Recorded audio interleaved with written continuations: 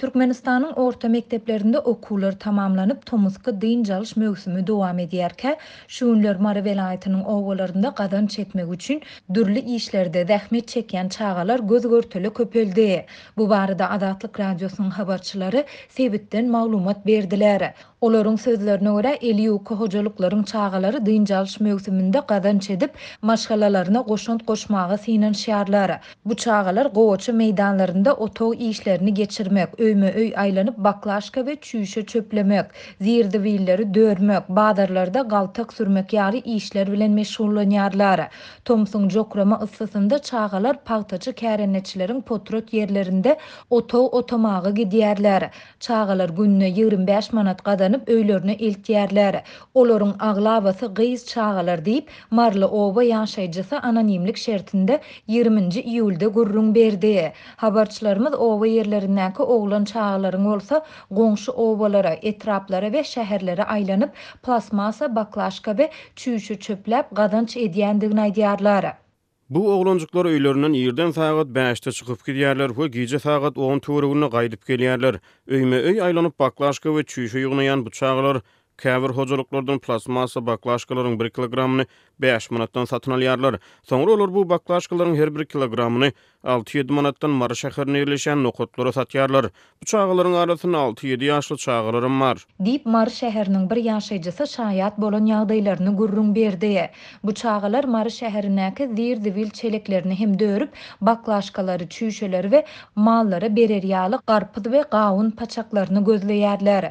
Bu paçaklary eşek arabamyza ýükläp owadaky mally hojalyklara satýarys. Adam bolsa şol paçaklar hem pul berýär.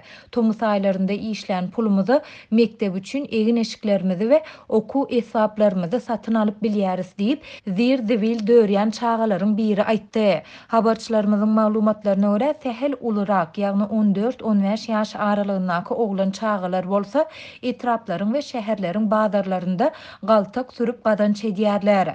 Türkmenistanda mejburi zähmet we çaga zähmeti kagyz ýüzünde gadan edilýär.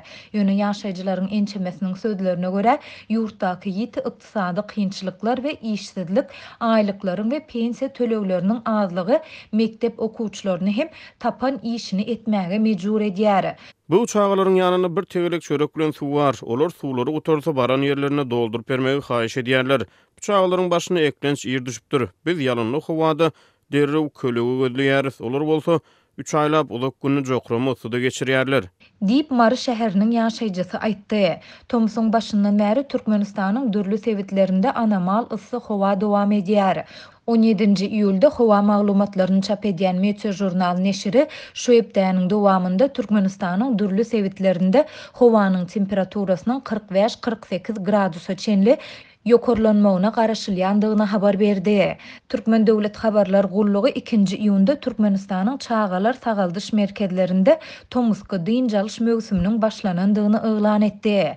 Resmi medpuat lagerlere barýan şadýan çagalary görkezip, ýurtda çagalaryň bilim we terbiýe almaklary, sport, aýdymsaz, edebi çeper döredüjilik bilen meşgullanmaklary, ukyp başarnyklaryny östürmekleri üçin ähli şertleriň döredilendigini aýtdy.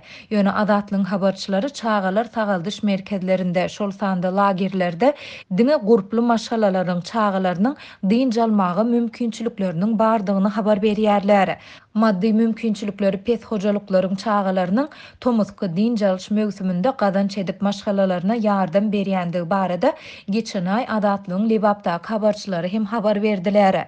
Türkmenistan soňky ýyllarda özüniň iň agyr ykdysady kynçylyklaryndan birini başdan geçirýär.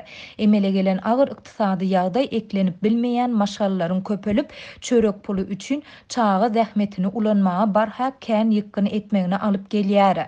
Adamlar gyçylygyň öňünde çäresiz galýar diýip Marly ýaşaýjy aýtdy.